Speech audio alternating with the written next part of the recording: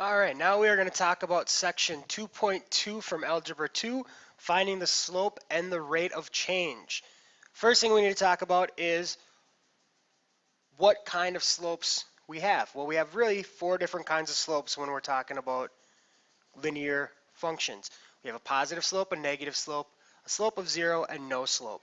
A positive slope is going to look something like this, where it's getting bigger as we go from left to right. As we go from left to right, we're increasing in value. A negative is going to be the exact opposite from that.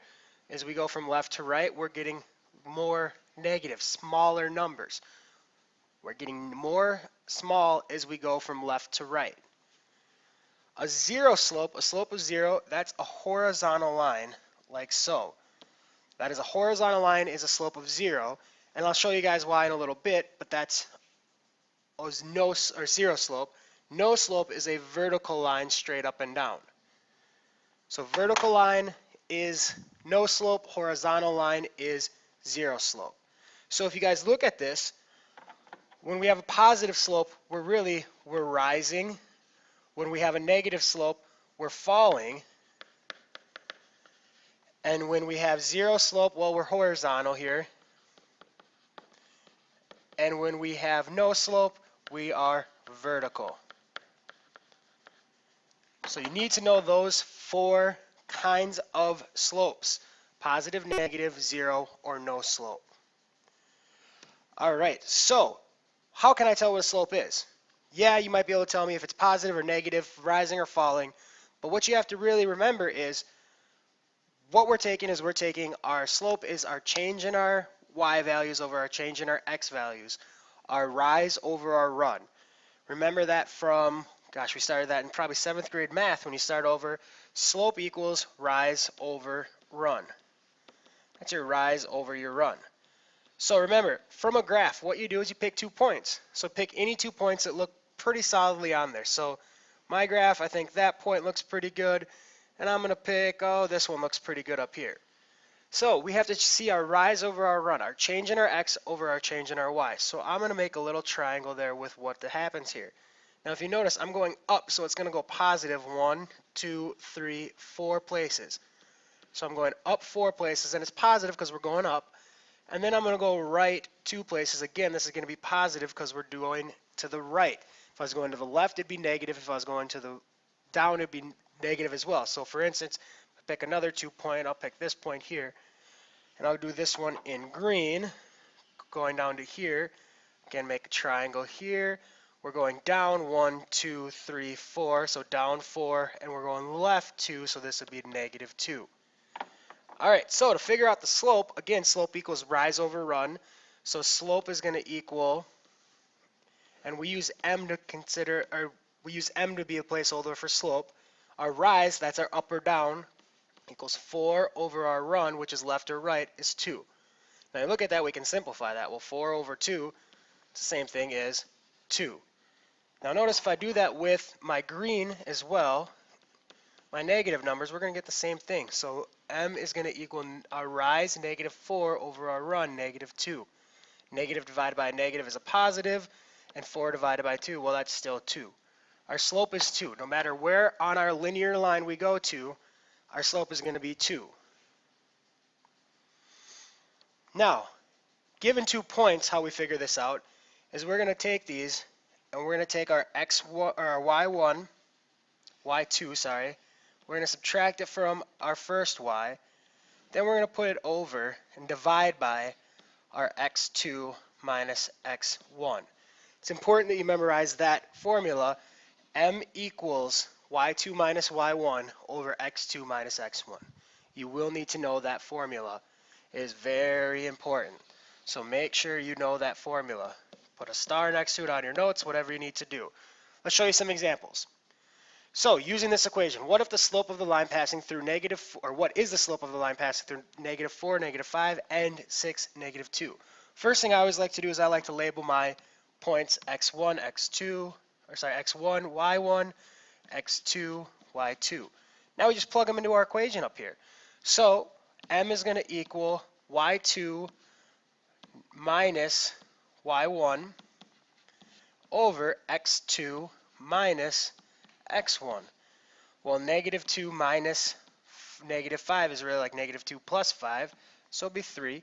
And 6 minus negative 4 is really like 6 plus 4, so it's 10. So 3 over 10, we can't simplify that anymore, so our slope is 3/10.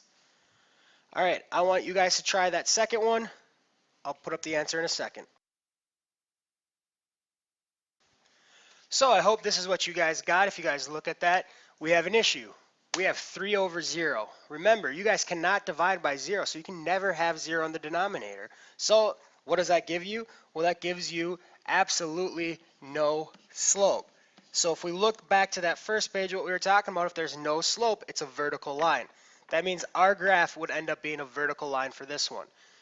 Let's go back to look at our first one there. Is it going to be a positive or negative slope? Is it going to rise or fall? Well, it's a positive number. 3/10 is positive, so this is going to rise, not a question mark on there. It's going to rise. And this guy down here, no slope, so it's going to be a vertical line. All right, next let's talk about parallel and perpendicular lines. So for parallel lines, our slopes are going to be the same. So slopes are the same. And if it is a perpendicular line, the slopes are opposite reciprocals. Opposite reciprocals. So if you guys don't remember what reciprocals are, remember reciprocals are when you take it and you flip it like a fraction. So 2 over 1, the reciprocal of that would be 1 over 2. So the reciprocal of 2, which is 2 over 1, is 1/2. 1 over 2. Now what I mean by opposite, that means if it's a positive 2, our opposite reciprocal would be negative 1/2. So let's do some examples so you guys see what I'm talking about visually. So the original is 2/3.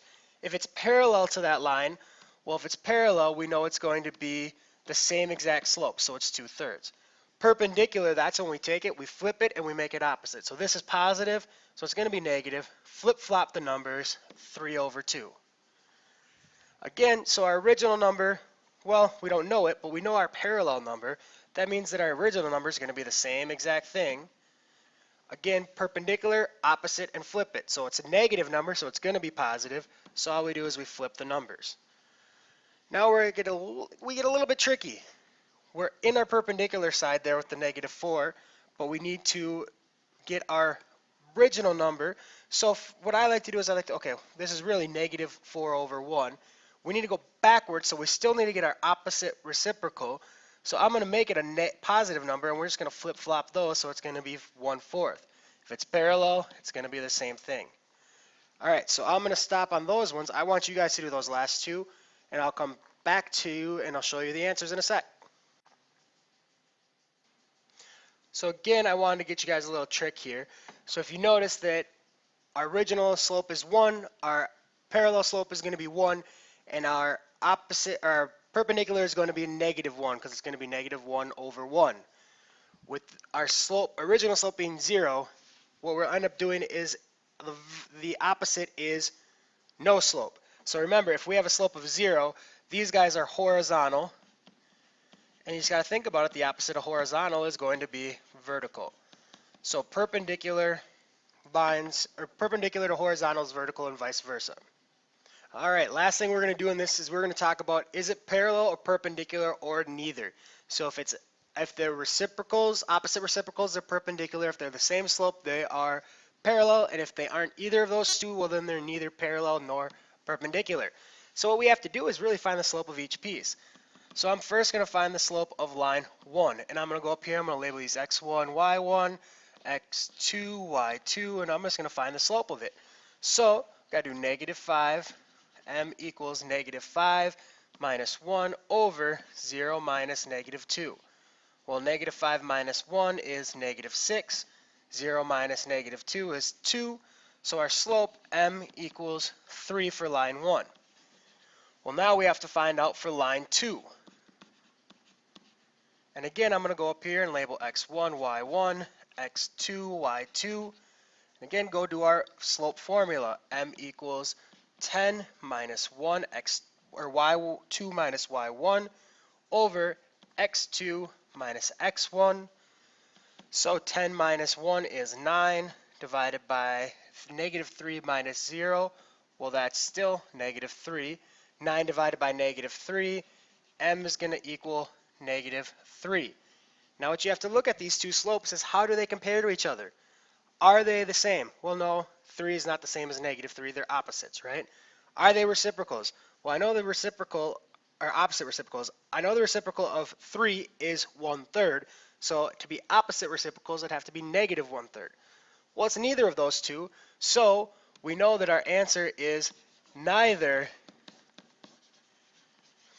perpendicular nor parallel. So I want you guys to try this last one on your own. I'll come back and show you guys the answer in a second. So again, we did get neither for that. They are neither parallel nor perpendicular. If they would have been the same answer, again, they would have been parallel. If they would have been opposite reciprocals, they would have been perpendicular. Please rewatch the video or let me know if you guys have any questions.